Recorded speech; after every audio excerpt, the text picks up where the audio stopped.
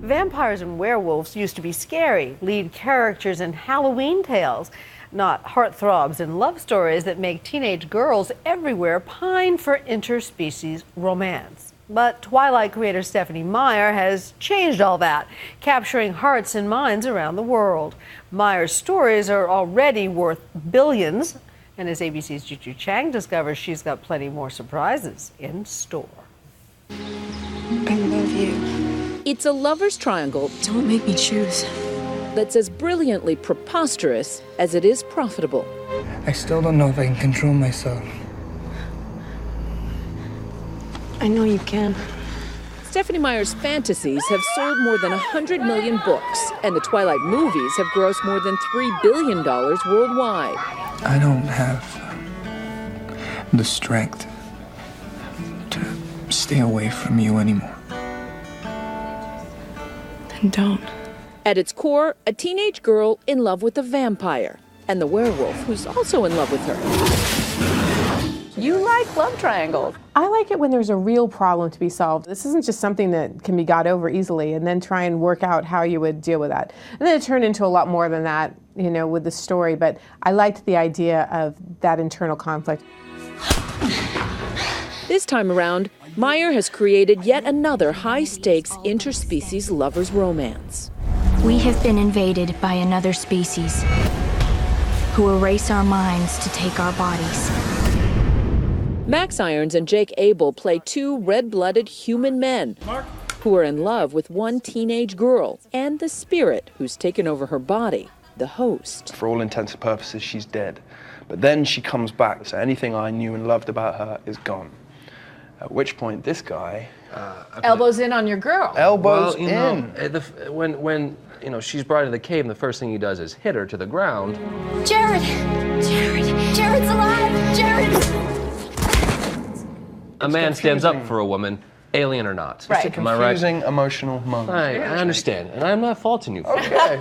But see, here's the kicker: is my character Ian starts to fall in love with this sort of other species.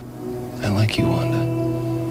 I like you too, Ian. This is yet another interspecies romance. It is. I tried to write a story once with just human beings and I got really bored. I love to read them. I love regular fiction. But when I'm writing, I for now anyway, the science fiction and the fantasy always holds on to my attention better. Stop!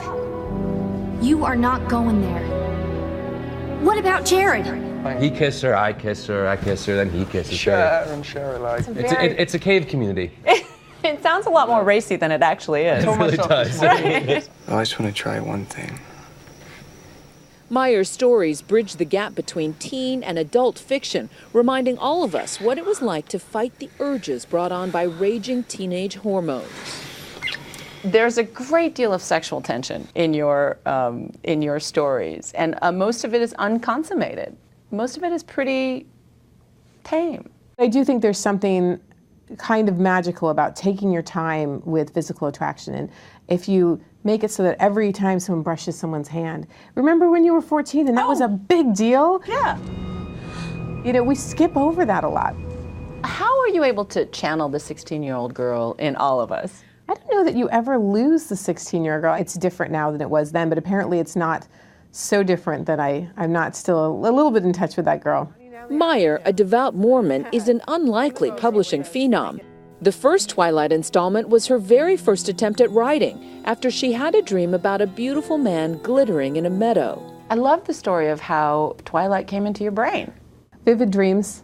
That was an especially vivid one, and it certainly has worked out in odd ways. Hi, how are you? We caught up with Meyer in Chicago at the bookstore where her very first signing took place. I want to show you I have exhibits on my bag. Oh my gosh, that looks like it must have hurt. Despite her celebrity status, she says her most important role is being mom to her 3 sons. She says they don't see her as a superstar. Mom's mostly at home just being a nerd, you know.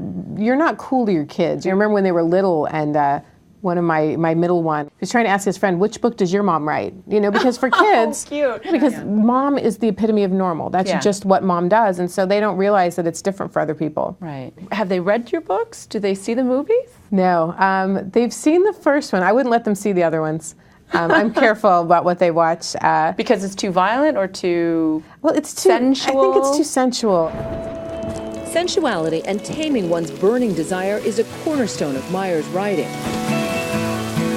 The Host explores the notion that finding your soulmate goes beyond the physical body. Did you ever struggle with body image? Was that an all the issue for you? time, my whole life. I still do. I mean, I'm a woman, and I don't look like Heidi Klum. And it's hard sometimes to forget that and realize that that's not the important thing. You get bombarded by it so much. It's stunning to me that you, Stephanie Meyer, megastar, is insecure. Isn't everyone?